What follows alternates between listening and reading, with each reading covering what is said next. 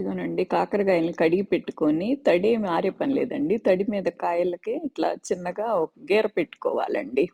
మరి ఆ చివర, ఈ చివర కట్ అవ్వకూడదండి. అయితే మళ్ళీ 2 విడివిడిగా వచ్చేస్తాయి. మనకు అందుకని ఇట్లా జస్ట్ మధ్యలో అలా గీర పెట్టుకుంటే, మనకి ఉప్పు అది లోపలికి పట్టుద్దని, ఉప్పు, కారం లోపలికి పట్టాలని అందుకననమాట గీరలు పెట్టుకునేది. పెట్టేసుకొని అన్నీ ఒక దగ్గర చిన్నగా గీరేసుకొని ఇందుట్లో పెట్టేసుకొని, కొంచెం పెరుగు, కొంచెం ఉప్పు వేయాలండి. జస్ట్ వీటికి నేను 2 గంటలు పెరిగేస్తున్నానండి. అంత 2 గంటలు చాలు పెరుగు. పసుపేస్తానండి కొంచెం. కొంచెం ఉప్పు కొంచెం ఎక్కువే పట్టుద్దండి కాకరకాయకి. అలాగని మరీ టూ మచ్ ఎక్కువేసే పని లేదు. ఇప్పుడు వాటిని కలిపేసి ఎగరేస్తే కొంచెం చట్నీని కొద్దిగా ఎగరేసి పెడితే అలా ఉప్పు, పసుపు మొత్తం పట్టుద్దండి. లేకపోతే పెరుగంతా ఒక్కచోటే కుతపలుగా ఉంటదనమాట. ఇలా అయితే మొత్తం పట్టి టేస్టీగా ఉంటదని మొత్తం కలిపి ఇలా పెడతానండి. ఇప్పుడు ఇది ఉప్పు కలిసేటప్పటికి ఆ పెరుగు నీరూరి ఆ నీళ్ళకే ఉడుకుతదండి. మూత పెట్టేస్తే దానికే ఉడుకుద్దనమాట. అదిగో ఇంకోసారి ఎగరేసి చూపిస్తానండి. అదిగో కింద నీరు కొంచెం అయిపోవచ్చింది. ఆల్మోస్ట్ ఉడికింది. ఇంక కొంచెం నీరుంది. ఆ నీరు గూడా ఎగిరిన దాకా ఉంచేసి పారబోయకుండా మళ్ళీ విటమిన్స్ పోతాయి అనుకుంటాం గదా!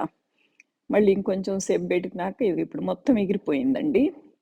ఎక్కడ నీళ్ళు లేవనమాట. ఆ నీళ్ళకే ఎగిరిపోయింది మొత్తము. ఇప్పుడు పొయ్యి ఆపేసుకొని ఇక వాటిని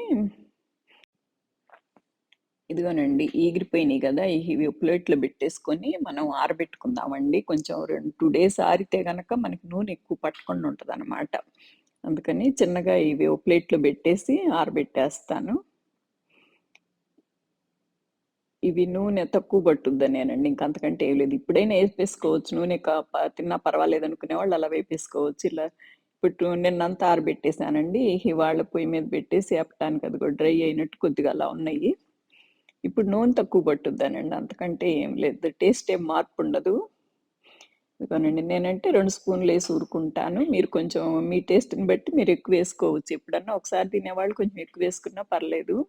మేమంటే పెద్దాళ్ళం గనక మేము కొద్ది తక్కువేస్తానండి. అదిగో నా చుట్టూతా గూడా ఎక్కువ లేదనమాట. చాలా తక్కువేస్తాను నేను.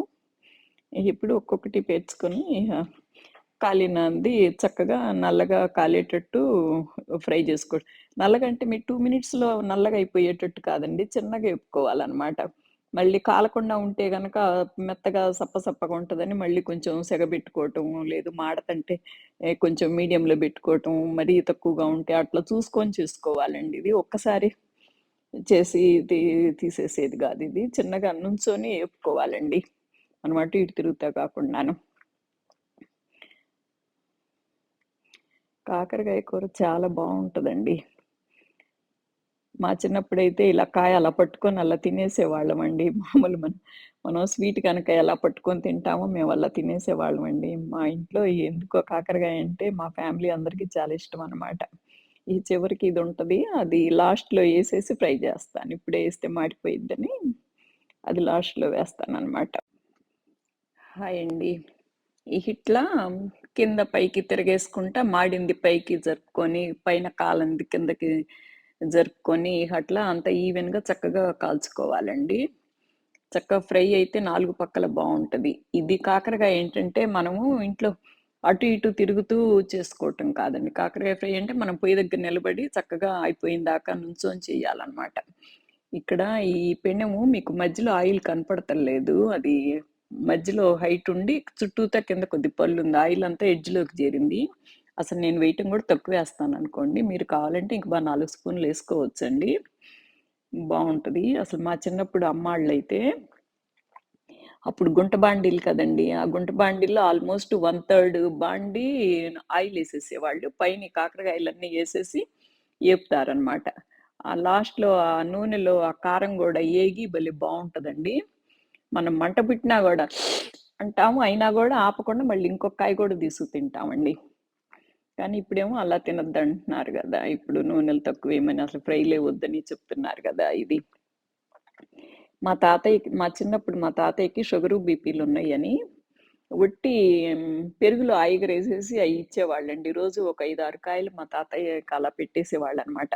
పేరుకి మా తాతయ్యకి వండటమనే గాని, మేము వస్తా పోతా మేము గూడా ఒక్కొక్క కాయ పట్టుకొని, మైసూర్ పాకం గనుక చేత్తో పట్టుకొని తిన్నట్టు స్నాక్‌లాగా మేము అలాగే పట్టుకొని తినేసేవాళ్ళమండి.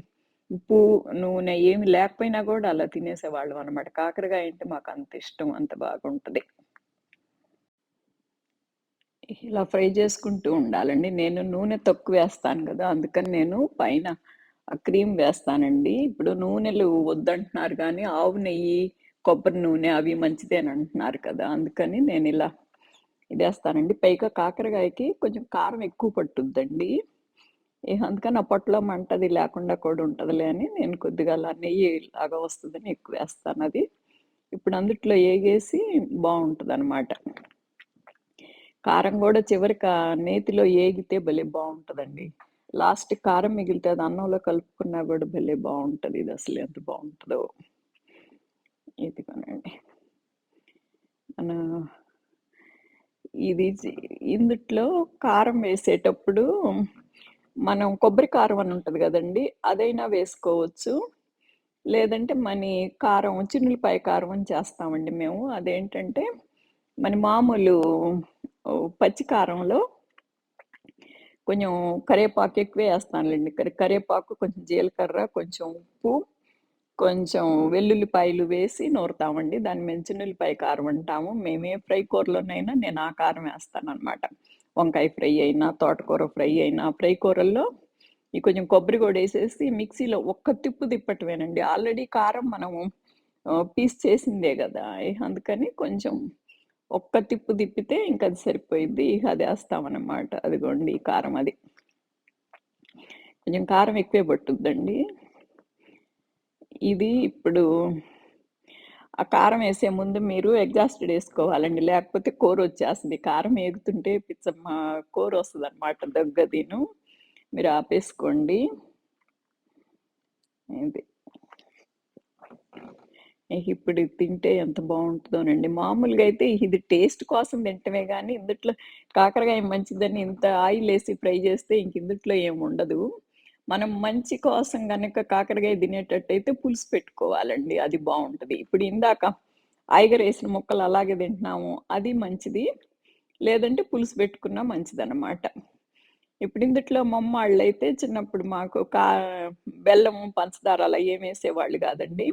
నేనిప్పుడు మరీ కొంచెం అంతా మనం డెలికేట్ అయిపోయాం గదా! కొద్దిగా పొట్టలో మంటలు అది లేకుండా ఉంటదని నేనొక స్పూన్ పంచదారేస్తానండి.